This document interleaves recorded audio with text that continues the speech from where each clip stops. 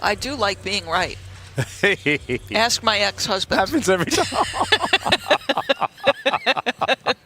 Welcome back to the bubble. Can I interest you in a big face coffee? This is the Boris Dirk podcast. LeBron James is back in the conference finals. We're going to start out with Lakers Nuggets, and then we'll get to the other side of things. Max is in New York with the torn ACL, and we're doing this live. Live in the studio. Yeah. Happy to be back in the old stomping grounds and ready to dive into the conference finals. Do you have a pick in Lakers Nuggets that feels good, that you can sleep with, or do you go back and forth?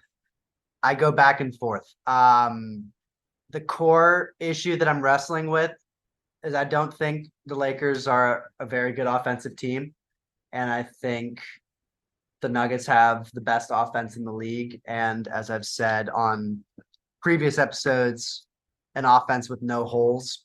And part of me just struggles to think that the Lakers can keep up offensively with them, even if their defense is really good. But then on the other hand, I think if you're trying to stop the Nuggets offense, what you would draw up is make Jokic into a one-on-one scorer and put someone on him who can bother him at least to the point where he's not, the most efficient high volume scorer in the league anymore. Yeah. And then just kind of deal with everyone else. And if you're going to draw up a team to do that, Anthony Davis is probably the guy you'd want to put on Jokic. And the Lakers have enough supporting defensive talent to try to take away the other options. So it's a bit of a strength on strength matchup for sure. Yeah. So we've got the bubble foursome back in town. I think my worry as a Lakers fan, I have concerns on both sides. And the reason I asked if you have a favorite is because I keep going back and forth in my head. And what I've kind of settled on is Lakers in 6, Nuggets in 7. Like, someone will win this at home is basically my thought process, but it's going to be close either way. A few years ago, we were in this exact situation. And I think that I was already ready to put Jokic above AD in 2020. Mm-hmm. And then, if I remember correctly, Jokic was good, but AD outplayed him. AD looked like a top 5 player in the league. This is like when AD was healthy for a long enough stretch that we were ready to kind of put him back at the very top. Yeah. But as a Lakers fan, I will worry about this version of AD 3 years later. So much of what's kept him locked in the playoffs when shots aren't falling is his defense. He's been maybe the depoy of the playoffs. Yeah. Depop. Yeah. And Depop already is something, but and nobody's gonna stop Jokic. Like, we can just assume that if Jokic doesn't have the series he just had against the Suns, that he will still get his numbers. Yeah. He will still be an absolute bully. And I worry the same way I worried about what AD could do to the chemistry fabric of the Suns. I worry that what Jokic could do to the Suns. I worry that he'll do that to the Lakers. Mm-hmm. That AD is just a very rich man's Ayton. And that if Jokic is dominating AD on offense, because Jokic dominates everyone on offense, will AD lose that bit of confidence that seems to turn him from an absolutely elite player into, like, LeBron needs more help, and this is not who AD at 30 or 31 was supposed to be. But again, 3 years ago, AD rose to the challenge. So it's just, I don't think AD is going to be better than Jokic in this series, and I wonder what that will do to the Lakers locker room, because I still think it meant something that AD looked emotionally out at certain parts of this year. Mm-hmm. As good as he's been the last couple of weeks, he was sitting down when LeBron broke the record. I don't buy that he was just getting rest or he tweeted something. I mean, maybe he tweeted something. That's the most believable explanation. But we know that these Lakers relationships are fragile. I think the explanation that came out was that he was mad they were losing. Yeah. Okay, so the other thing about that series in the bubble, it was a 4-1 Lakers win. Yeah. Although it was a closer series than that, because Lakers were up 1-0 and game 2, AD hit a buzzer beating 3, which seems incomprehensible now. but he hit a buzzer-beating 3 to put them from down 1 to up 2 to win the game. Yeah. So if he doesn't hit that, it's 1-1, and that series is probably at least a 6-game series, possibly longer. Lakers still probably win it. I'd say this Lakers team is probably worse than that bubble champion Lakers team at the very least, because that team had LeBron operating at a close to peak performance level, whereas this one, he's at, 85%, 80%, something like that, which is still a very high level player in the NBA, but is not like, best player in the league level. Yeah. And AD's been their best player throughout the playoffs. Although it was reassuring to see that LeBron can sort of reach into the bag and pull out a sort of vintage dominant performance like he did in Game 6 against the Warriors, where he just dominated every aspect of the game, athletically, pace-wise, defensively, facilitating from the start. So it's encouraging to see that that's still in there from a Lakers perspective.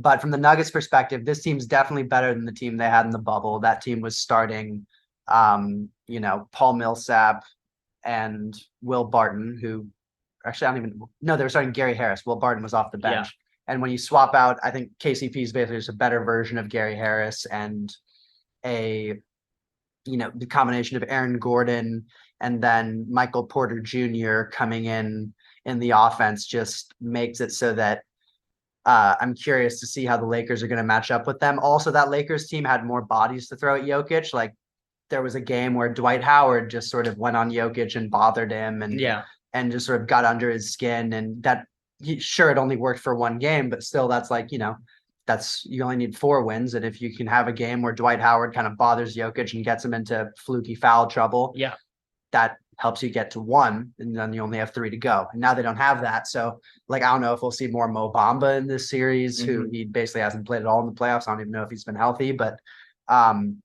it's going to be a lot of Anthony Davis on Jokic and sort of seeing who can get 2 quick fouls on the other guy first. That's probably going to decide at least a couple of these games. Yeah.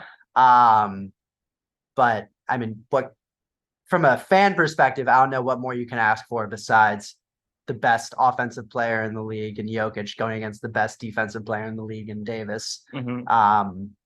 And yeah, for the reason that the Lakers, I think, are worse than they were then, and the Nuggets are better than they were then, I think I'm leaning Nuggets in 7. But at the same time, the Lakers have just shown an ability to adapt throughout these playoffs that is difficult to bet against. Yeah. I think I didn't even give enough credit to AD for that series. Now, I pulled up the stats from the 2020 conference finals, where AD had 55 free throw attempts in 5 games. And next most free throw attempts in the series were LeBron and Jamal Murray, tied at 32. So AD was the assertive version of him that we used to be used to, and now we're just elated when he shows up. Also, obviously this was pre-ACL Jamal. I still am like all in on Jamal as like a playoff shower-upper. He only shot 9 for 29 from 3 in 2020. He made all his 2s. He was 52% overall, but 31 from 3. I expect Jamal to make more 3s this time around, and maybe be less of the focal point than Jokic, as we're used to at this stage of the Nuggets development. Jokic also, interestingly, only played 33 minutes a game in that series. I don't remember if it was foul trouble or if it was, an occasional matchup thing, but obviously we're at a point in history now where Jokic is going to play closer to 40 minutes a game in this series. And and the KCP was huge for them in that Lakers run. And now obviously he's on the other side. Jokic in 2020 against the Lakers delivered a 22-7-5 series. Kind of reminds me of like almost what we just saw from KD against the against the Nuggets. Like, he did his job. He was efficient. He showed up, but it's not enough. Like, usage rate needs to be at an all-time high. Jokic needs to be, averaging one of his absurd 30-point triple doubles for the Nuggets to have a chance at this thing. And also, interestingly, like Michael Porter Jr. was kind of on his come up a few years ago. He shot amazing splits against the Lakers, only averaged 12 points a game, 22 minutes, because his defense was a concern and it still is. And weirdly, like Michael Porter, it feels like you can kind of expect the exact same series from him now. Obviously, with all the injuries, his career is stalled. I do think that the Lakers have the role player advantage now. And it's not just because they have KCP. Like I just think Schroeder has earned our confidence now in the playoffs. Like you said, it's when you go and get a guy, a role player for this part of the season, like one game in a series is enough. It only takes one 15-point Lonnie Walker performance. Last time for the Lakers in this matchup, they were relying heavily on guys like Caruso, Kuzma. You mentioned Dwight. Rondo. A little bit of JaVale. But this time around, with the reshaped Lakers, I do think that they're like 5-8 or 4-7 is they have the edge, and that's why we're just going to need another MVP level Jokic performance. How do you think the Lakers are equipped to handle the Murray Jokic 2-man game? Whoever has the ball. Yeah. So my guess, I don't think the Lakers can score enough with the Vanderbilt starting lineup to hang in this series. Yeah. I just think the Nuggets offense is too efficient and the Lakers are a little too easy to guard when you're playing Vanderbilt and Davis together. Even though the Nuggets are probably the weakest defense, or they are the weakest defense the Lakers have faced so far this postseason. Yeah. But so I to go a little bit more offense, I think we'll probably see a lot of that 3-guard lineup with Schroeder, Russell, and Reeves. Yeah. A lot of Rui. I don't think it's a big Vanderbilt series because unless you want to put him on Jamal Murray to chase him around, like he can't guard Jokic, and they don't have wings to put him on that really makes sense. Like it's kind of a waste of his talents to have him like chase around Michael Porter Jr. or Aaron Gordon. Like that's not really. And also just another excuse for Jokic to remain planted in the paint on defense. Exactly. Yeah. That'll be weird because I do love Vanderbilt, and I love Vanderbilt for what he is and how he never sort of outstretches his role. Yeah. And he knows exactly who he is offensively. But yeah, that allows Jokic to relax. Like also, Murray is the type of lead perimeter scorer that the Lakers have often assigned Vanderbilt to slow down. So yeah. It'll be interesting. Maybe you're right. Maybe this isn't a big Vanderbilt series. They could start that way in game one. My feeling is if you're gonna have to have AD guard Jokic, I think you should also make sure that they need to have Jokic guard Embiid. Sorry, Jokic guard AD. Yeah. Freudian slip. We'll get to Embiid later. But if you have Vanderbilt on the floor, Jokic can kind of guard Vanderbilt, and if they try to bring him into pick and roll, Vanderbilt's just not that much of a threat as like, a roller. He's not going to go dunk on people. He's decent as like a playmaker. But I think they'll have to go to Schroeder to match the offensive Denver a little bit. And Schroeder makes sense to chase around Jamal Murray. I think he can give him some issues. So if you've got Schroeder and AD in that pick and roll, that's not a bad matchup against Murray and Jokic. And if it's AD and Vanderbilt, that's a great matchup. It's just on the other end where you have concerns about that. So yeah, I'm curious to see personnel wise what they do. What's been cool about this Lakers team since the deadline is they just have a lot of different cards to play. Like if they want to put Vanderbilt on Murray, they can get away with that and sort of have AD on Jokic and LeBron on sort of nominally on Aaron Gordon, but able to roam around and disrupt things on the back line. And then, D'Lo chasing around KCP. I don't love the idea of either D'Lo or Austin Reeves guarding Michael Porter Jr. I think that could be a big swing factor in this Denver series compared to the bubble series is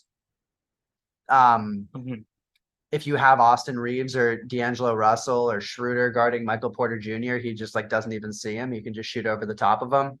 And if Jokic is feeding him good spot up looks, that could be a real issue for the Lakers, where they, have a lot of size in aggregate in their team. But if they go to that 3-guard lineup, you're going to have someone guarding Michael Porter Jr. who doesn't really bother him. So that could be an interesting matchup for Denver to try to exploit.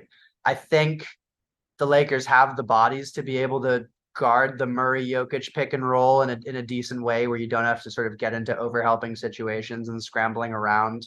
And as I said, sort of at the start, really, it seemed like in that Phoenix series, the moments where Phoenix had Denver the most uncomfortable was where they were able to make Jokic play one-on-one. And I think the Lakers are probably going to try to do that as much as possible. And if there's anyone you try to put on Jokic one-on-one to make him uncomfortable, it's probably AD. Mhm. So yeah, I'm just kind of twisting myself into knots thinking about the series. Probably leading Nuggets in 7, but I don't know. Yeah, it's hard to know, because the Suns were a really good team, but their defense was bad. And this Lakers defense has already shown a knack for reducing role players to their most glaring weaknesses.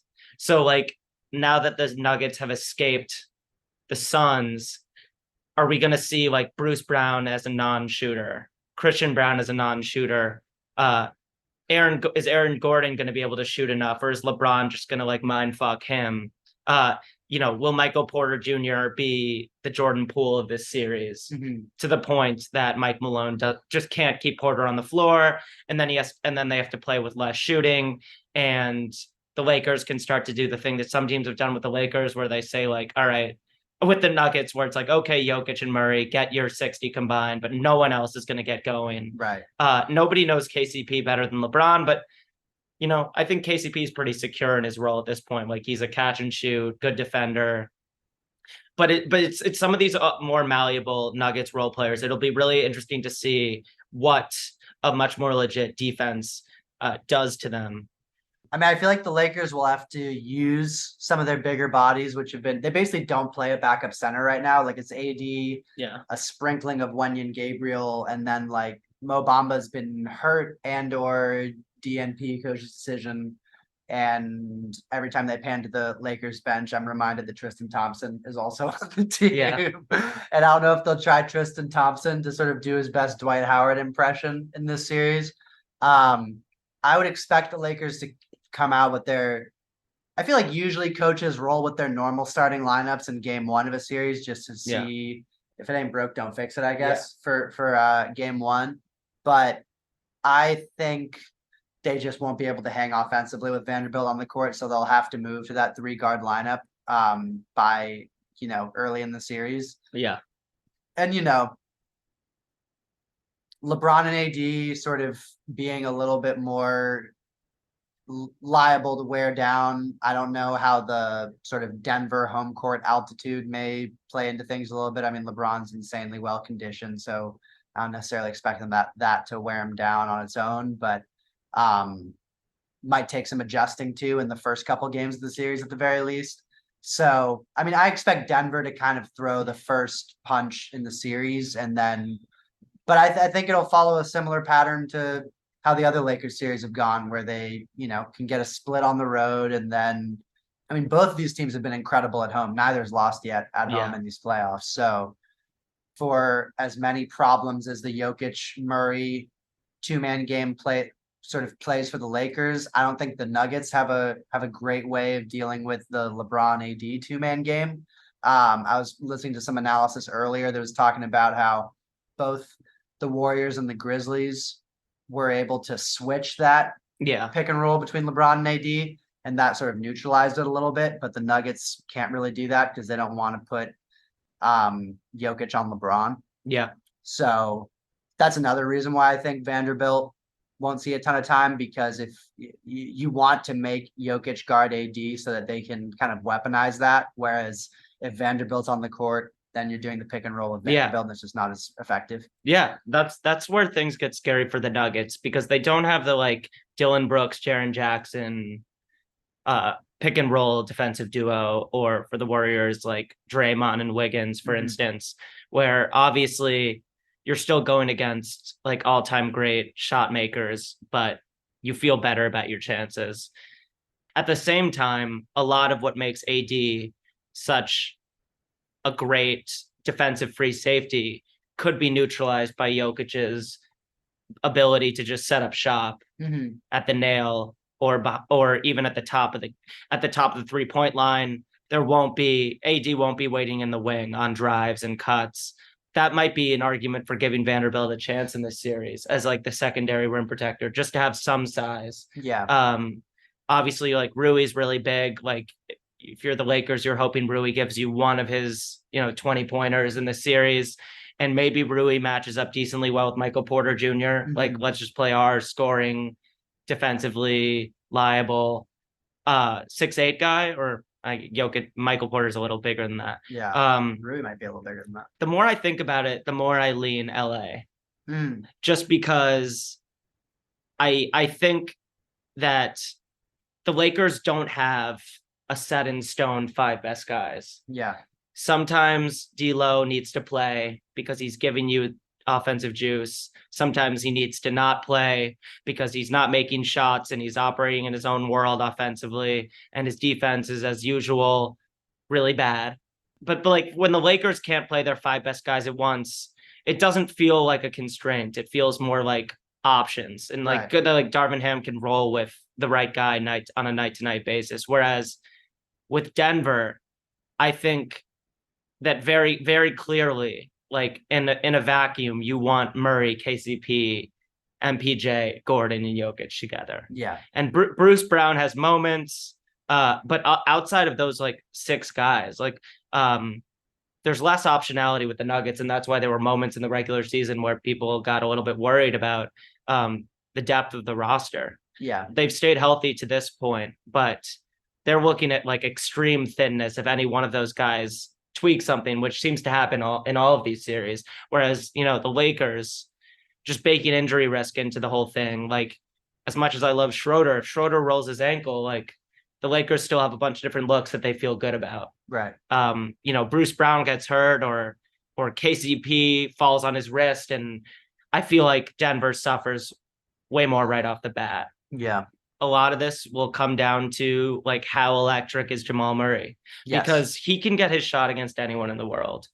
And so are we going to get like a more pedestrian for his standards, like, 21, 4 and 5 series, or are we going to get like the dynamo, like bubble Jamal Murray that lit shit up against the Jazz, the guy that we've seen take playoff games into his own hands? Obviously, it's Jokic's team, but Murray has the chance to be the best player on the floor in any one of these games. Yeah. And so we'll see what happens when he pushes his lower body to the brink, because obviously it's his first year back from a really long absence, and the minutes have added up in this postseason. I trust LeBron always. I mean, we saw LeBron in Game 6 against the Warriors, just like he's got the Vince Carter, I've got one more in me. Whenever it seems like whenever needed, he answers the call, and he can stop panting on the bench and like get up there and again get like the LeBron 29, 8 and 8. Yeah. I feel like I'd be a complete fool to say like this is the series where LeBron's age catches up to him and he fizzles out, because he just looked really, really good against the defending champs, and everyone's tired at the end of these bloodfest playoff games. Yeah. We know that we're going to get greatness from Jokic and LeBron. It's like, what are we going to get? Which AD are we going to get on a nightly basis? And which Jamal Murray are we going to get? Even when Jamal Murray had his more pedestrian, like 7 for 17 nights against the Suns, I still felt like his presence was felt, and like his buckets were important buckets. He makes, these tough, like back down the smaller guard, fadeaway twos that are, that become so much more valuable in the playoffs. That'll be the story of this series, in my opinion, is like what do we get from the number 2s on both sides? Yeah, no, Murray will be the barometer. I agree. So on the other side of things, we have the series that a lot of people I trust think is going to be over pretty soon. Yep. And I get it. I think I've been saying this for weeks. I feel like God's been trying to give the Celtics a title for like 7 years now, but dating back to Kyrie in Boston, even though he wasn't a part of their conference finals run when LeBron ended everything for them. the Celtics have been on the brink for a while. And I think this team is capable of winning a title, but I'm still really scared. I feel like I was more confident in the Celtics last year. Which is funny because I think this team is more talented than it's Yeah. the same team, but you added Malcolm Brogdon and Yeah. Derek White, I'd say, although he slowed down a bit towards the end of the Philly series, has been a better Derek White than what they had last year. Yeah. I expect Jimmy to be the best player in this series. That's just where I'm at. Tatum is amazing, and I find myself constantly wishing that I could mesh Tatum's brilliant skill with Jalen's attack mindset. Yeah. And I also feel kind of foolish saying that after Tatum just had the game of his career. Yeah. Game 6 in Milwaukee last year, Game 7 in Philly this year, or Game 7 in Boston this year. Tatum delivered. But for some reason, I still have reservations. I don't like that he's talking about where he ranks in the league. I told you I don't like that he tweeted about having the best Celtics scoring season ever, because the job isn't even close to being finished. Yeah. I can't help but feel like the Heat are going to be the tougher team in this series. They might just be way too outskilled and way too out-talented, but I'm going to pick the Heat. Wow. I'm picking the Heat. You're picking a bubble rematch. I'm not confident with either of these picks. Anyone who is full of shit. Yeah. I still expected the Bucks to beat the Heat without Giannis for like half the series. Yeah. And the Heat made me feel really stupid. And I refuse to let them make me feel stupid again. None of this makes sense, but I think that it can really do a number on the Celtics, who have had all these existential questions. Jaylen Brown's impending contract, Derek White being like their third best player, and then looking more like erratic last year Derek White. Malcolm Brogdon thinking Tyrese Maxey's on the Celtics. Rob Williams kind of looking amazing and then not playing, and then being the key to them beating the Sixers. Al Horford being an elite shooter and then not being an elite shooter. Like, the Celtics are an emotional roller coaster. And maybe I'm nitpicking, and it's a great thing that they have all of these guys that can be a key piece on any given night. I feel like the Heat are playing with such freedom and house money. And I think they'll have the best player in the series. And I would take Bam over the entire Celtics front court. Most of my brain is telling me Celtics. As a Knicks fan who just went through an entire series with the Heat, it was pretty scarring. So that's definitely making me question my brain a little bit. Yeah. You said the Heat will probably be the tougher team. I think without a doubt, they will be the tougher team. The Knicks are a team that thoroughly out-toughed, bullied, and physicaled the Cavs. And the Heat just completely overwhelmed them in all of those categories in the series they played together. And the Knicks were a team that, kind of out-toughed the Celtics at various points in the regular season. Yeah. And just against the Heat, the Heat had so much of a mental edge, so much of just a toughness edge. And, I agree with you. I think Jimmy's probably going to be the best player in the series. Bam's not going to shrink from the moment. Lowry has kind of reclaimed his vintage Lowry through this playoff run, starting in that playoff game they lost against Atlanta, where he was awesome. But through the series against Milwaukee, he was valuable. And then against the Knicks, it felt like he was making, even in the games he didn't shoot very well, he made a ton of winning plays and just little pesky things that would keep either the Knicks from gaining momentum or from catching up.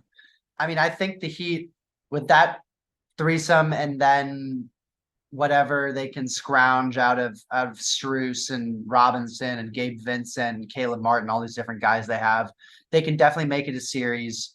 Talent-wise, I think this is a Celtics in 5. Yeah. But when you factor in the mental edge, the toughness, all these different things, I still think I lean Celtics because I think the talent advantage is very stark, and I'd say Celtics in 6 or 7. I also think the Celtics are pretty well equipped to, like in the Knicks series, the Heat would always get the Knicks into these kind of wild rotations where they just be driving all these closeouts and kicking it out to shooters, and it all starts from like the Knicks double teaming Jimmy Butler or something.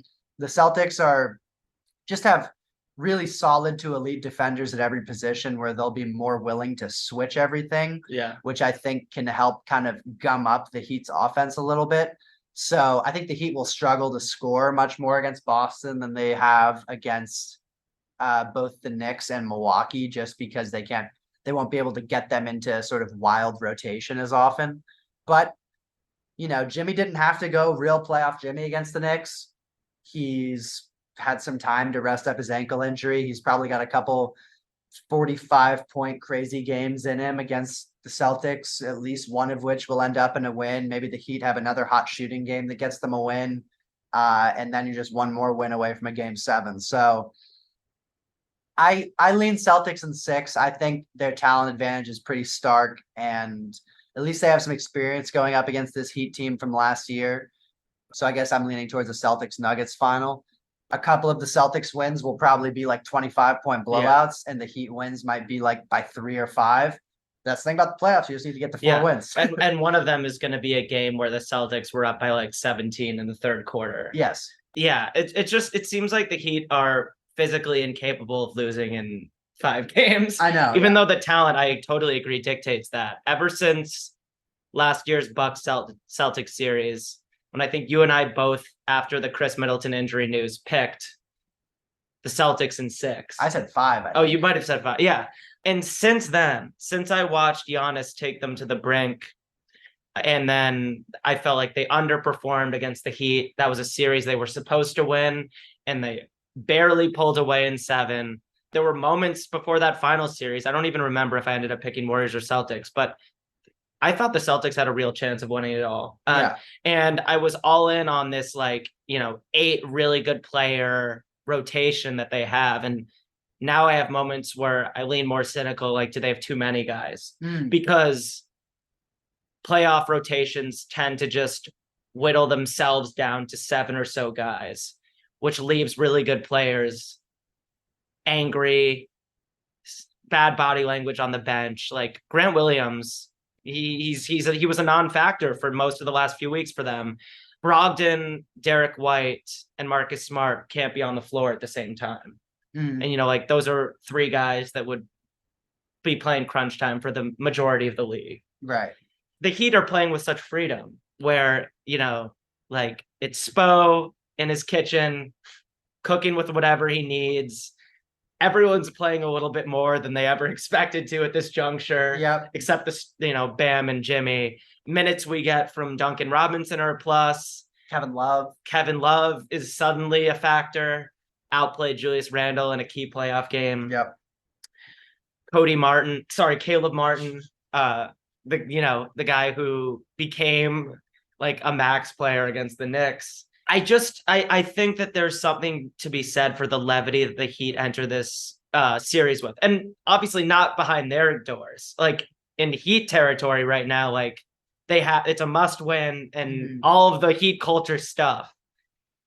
But if they lose, it's still another fantastic, funny, inexplicable Heat story. Yeah. If the Celtics lose, Stephen A is going to be saying it's time to break it up, even though it won't be. If it happens, it still won't be, but it's going to happen. Marcus Smart, if they lose, will have taken too many shots. And I say if they lose, I also if they're losing in the series or if things aren't looking good, Al Horford will be washed up. Robert Williams will be talented, but a sad story about a guy who could never stay healthy. Yeah. Just all of these hyper neurotic Celtics world things. Yeah. I can't let the Heat hurt me again. I can't be wondering why I didn't pick Jimmy's team again, especially against a team whose mental toughness has been questioned time and time again. Yeah. And I think the Heat can probably coax the Celtics into some of their kind of worse base tendencies of isolation and things like that, where they have a lot of guys they can throw at Jalen and Tatum between Jimmy, they're comfortable switching Bam onto either one of those guys. Caleb Martin.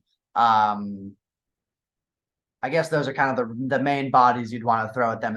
Once you start getting into the Max Strus, Kyle Lowry, Gabe Vincent, it's a little bit more of a problem.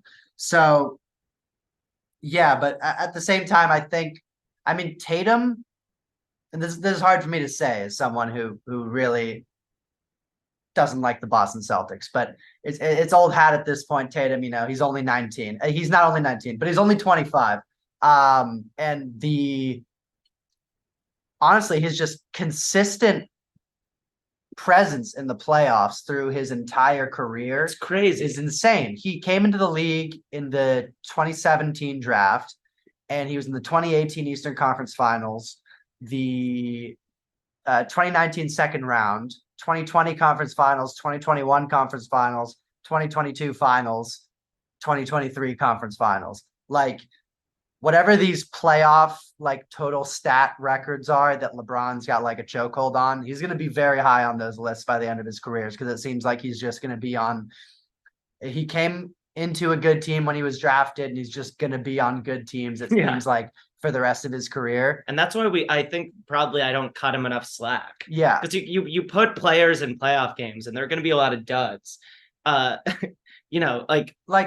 He just turned 25. Embiid's going to turn 30 next year. Yeah. And he doesn't have a playoff game that comes close to Tatum's game 6 in Milwaukee last year, or his game 7 this year. And there's a separate Embiid discussion where he had a chance to play himself into sort of that best player in the league discussion, which he was firmly in the regular season, but he just hasn't had a playoff moment to, the closest thing was maybe game 5 of the Celtics series, but he hasn't had a signature playoff series win that you can point to where he sort of belongs in that conversation in the way that even Jokic, coming back from 3-1 on that Clippers team or beating the Suns team, has been able to sort of entrench himself. And then, of course, guys like Giannis, who's won a title, Steph, who's won multiple titles. Who knows where AD will be when this playoff run is done. But all these other guys who are sort of going for their first titles, who seem like they are sort of due, are in their 28, 29, 30.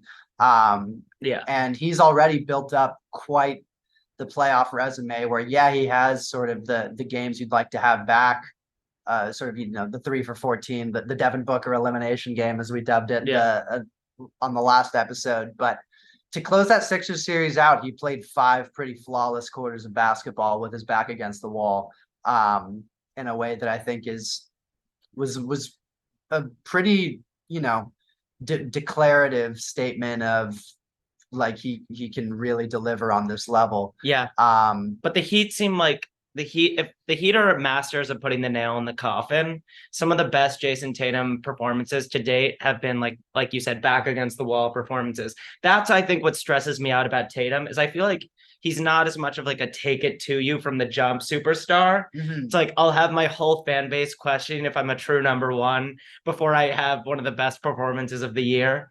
And I feel like the Heat will close that window on you quickly. They, in the way that the Sixers will leave the window open, or the Bucks shorthanded last year without Middleton. Obviously what Tatum did was incredible, but they were late series, almost like relief performances for his fan base, right? As opposed to the alpha Jimmy experience where he'll just come out in game 1 and just be angry at you for things you haven't even said yet. The same way we talked about AD versus Jamal, this might be a Bam versus Jalen type of series too, where we can just pencil in each team's top guy to deliver. But Jalen is so good, and Jalen outplayed Tatum last year in the finals. I feel like Bam is much more clearly the number 2 in Miami than Jalen is in Boston. Right. Even if Tatum has the best ceiling. Right. Yeah. The last thing I'll say about both these conference finals is I'm very happy that we get sort of a live action remake of the bubble.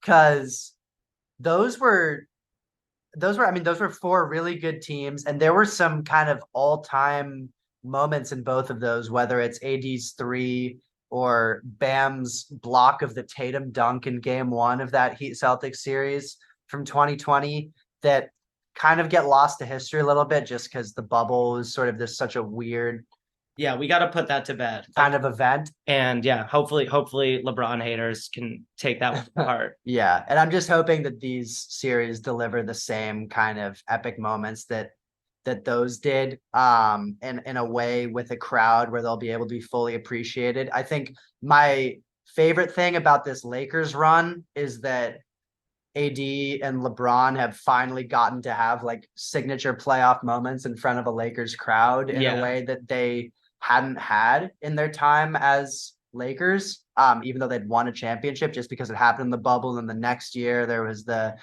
weird Suns series where they were winning sort of, but then AD got hurt, and then it was kind of a blowout from there on out. And then there was the Russ debacle where they just traded away their entire core for him, and it was a terrible fit. But yeah, I'm hoping that, we get those same sort of signature moments as that AD Kobe shot and the Bam block on Tatum and some of the other moments that we had from those conference finals series in the bubble with, actual fans present now. The NBA lottery is tomorrow, May 16th. And Max has just finished his tape on Victor Wembanyama, the next Zion, Chet Holmgren physical anomaly that is a physical anomaly for a reason and probably won't work out. Yes. And I'm really actually, for the first time in my life, praying that the Blazers do not win the lottery.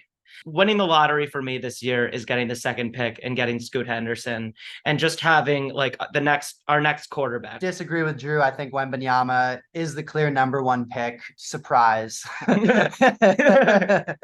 But he's just someone who the defensive ceiling is absurd.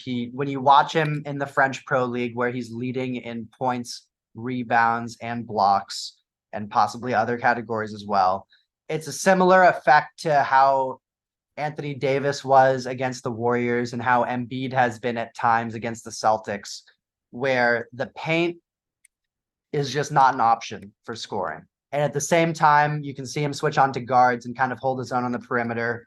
If he gets a hand up to contest a 3-point shot, he's 7'4" with an absurd wingspan, and the amount of arc that you have to put on the ball just to get it over him makes it so that it's really hard to hit a three if he's anywhere near you. In the games that I watched of him, in the 3 games I watched, and I probably saw, 15 3-point attempts. I only saw 2 of them go in, and one of them was banked. Like, they're absolute prayers if you're shooting them over him. And, he gets a lot of hype for his offensive skill level for a guy his size. Personally, I think the offensive game is much more raw than the defensive game. He certainly flashes the ability to hit jumpers off the dribble. He has a great handle for his size, good touch for his size. He's got a good free throw stroke, which generally tends to lend itself to a good shooting stroke, and can shoot over anyone. But at the same time, he can get pushed off his spots, and he's got a high center of gravity, and at times takes, bad shots, or he'll shoot turnarounds that get all backboard and things like that. The highlights are never as good as they make it seem. But I just think on defense, he's a legit defensive player of the year prospect who also flashes these ball handling, passing, feel for the game, and shooting skills in a 7'4" body, which we've never seen. And, if there was another prospect in the draft who I think had, first team All NBA, and Scoot Henderson might have first team All NBA upside, but real kind of multi-time MVP, perennial all-star, all-time great upside, then sure, I'd see the case for taking him at 1 over Victor. But I see Scoot Henderson as more in the kind of perennial all-star, Russell Westbrook, John Morant, Wall. John Wall, I see Derrick Rose for him, honestly. I think his play style reminds me most of Derrick Rose out of all those athletic point guards. And, athletic point guards come with an injury risk of their own, although I think he's a little bit more under control than someone like Ja. Yeah. But elite passer. Yeah, good passer. He's got a good mid-range pull-up already, and he's got a high level of polish compared to some of the really athletic guards you see come into the NBA, and probably playing with G League Ignite for 2 years has helped with that.